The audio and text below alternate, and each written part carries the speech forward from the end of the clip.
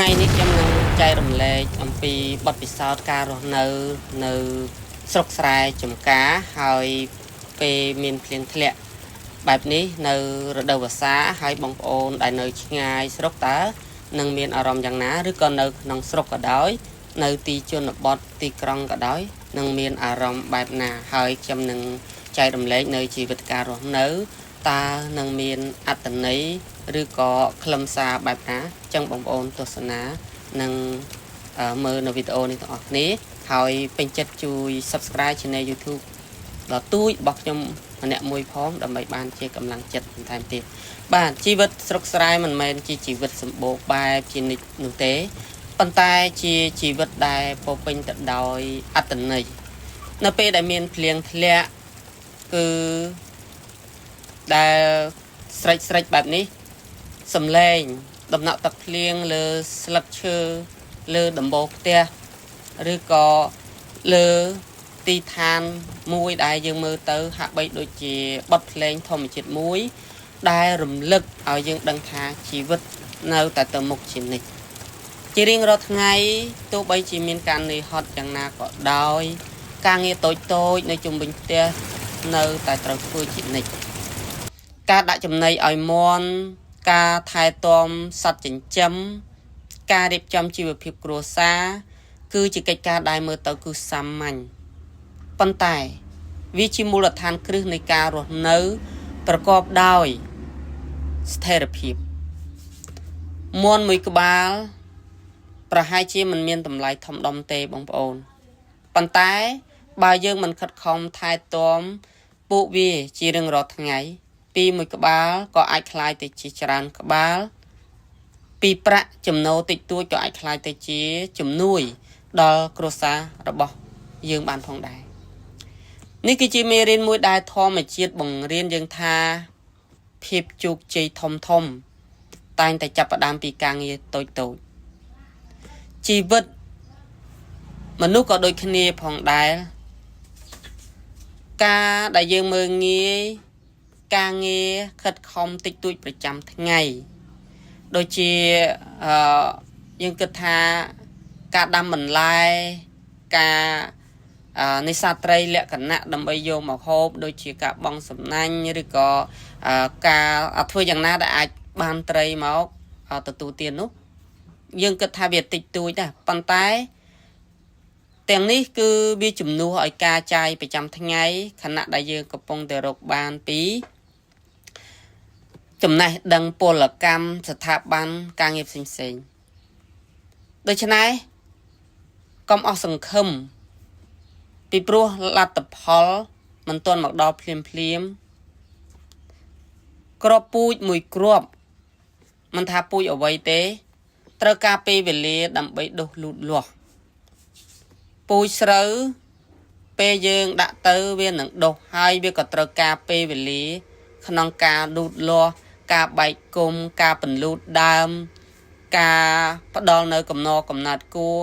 ការចេញផ្កាហើយក៏ដាក់ទឹកដោះបង្កើតជាម្សៅគ្រាប់អង្ករឲ្យយើងទទួលទានបាន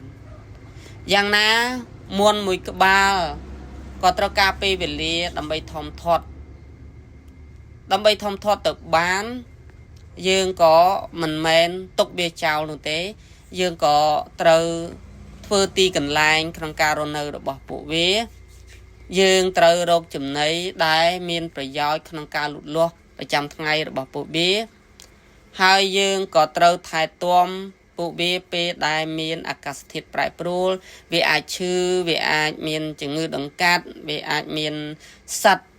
ដែលជាសត្រូវរបស់វាគំរាមកំហែងអញ្ចឹងយើងត្រូវធ្វើជំរកយើងត្រូវបែងចែកបែបផែនអំពីការដែលរស់នៅវានៅតូចយើងត្រូវដាក់កន្លែងណាធំហើយយើងត្រូវដាក់កន្លែងណាហើយមុនឈ្មោលមុនមេគឺយើងត្រូវគ្រប់គ្រងវាយ៉ាងដូចម្ដេចបាទទាំងអស់នេះគឺសុទ្ធតែត្រូវការពេលវេលាហើយក៏មិនមែននៅសុកបាននៅលទ្ធផលនោះដែរដោយក្តីស្រមៃរបស់យើងក៏ត្រូវការពេលវេលាដូចគ្នាយើងចង់បាននៅជីវភាពចង់បាននៅស្ថិរភាពនៃប្រាក់ចំណូល បើយើងធ្វើការក៏ត្រូវតែប្រឹងប្រែងរៀនសូត្រនៅមុខជំនាញមុខរបរដែលយើងត្រូវធ្វើទាំងនោះដើម្បីជាប្រយោជន៍ក្នុងការអនុវត្ត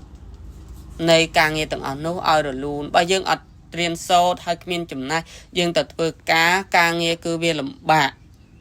ដែលធ្វើឲ្យអ្នកដែលប្រើប្រាស់ពលកម្មមកលើយើងនឹងគេនឹងពិបាកឲ្យថ្លៃឈ្នួលថ្លៃកម្រៃយ៉ាងណាមិញមានន័យថាភាពជោគជ័យក៏វាយ៉ាងដូច្នោះដែរភ្លៀងនៅថ្ងៃនេះដែលបងប្អូនបានឃើញប្រហែលជាធ្វើឲ្យផ្លូវរអិលនិងការងារពិបាកបន្តិចប៉ុន្តែនៅក្នុងជនបទតាមស្រុកស្រែគឺស្ទើរតែជារឿងធម្មតានៃធម្មជាតិការទៅស្រែទៅចំការជាដើមគឺយើងទៅឆ្លងកាត់ទឹកភក់អីផ្សេង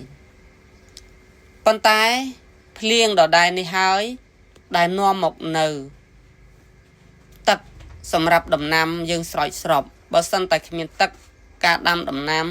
ធ្វើស្រែចម្ការក៏មិនអាចឲ្យមានការលូតលាស់ហើយនឹងបានទិន្នផលផងដែរភ្លៀងទាំងនេះហើយ